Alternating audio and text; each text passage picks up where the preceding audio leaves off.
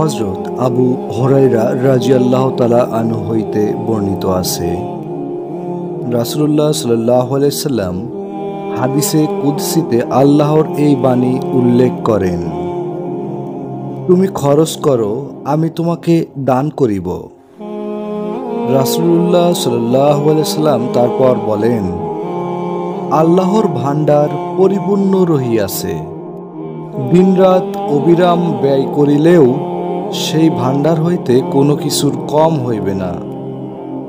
তোমরা কি দেখো না, আল্লাহর আরশ যখন পানির উপরে ছিল, তারপর তিনি আসমান জমিন সৃষ্টি করিয়াছেন, কত খরচ করিয়াছেন, কিন্তু তাহার ভাণ্ডারে কোনো কিছুই কম হয় নাই। তকদিরের ভালো মন্দের দাঁড়িপাল্লা আল্লাহর হাতেই রহিয়াছে। বুখারী।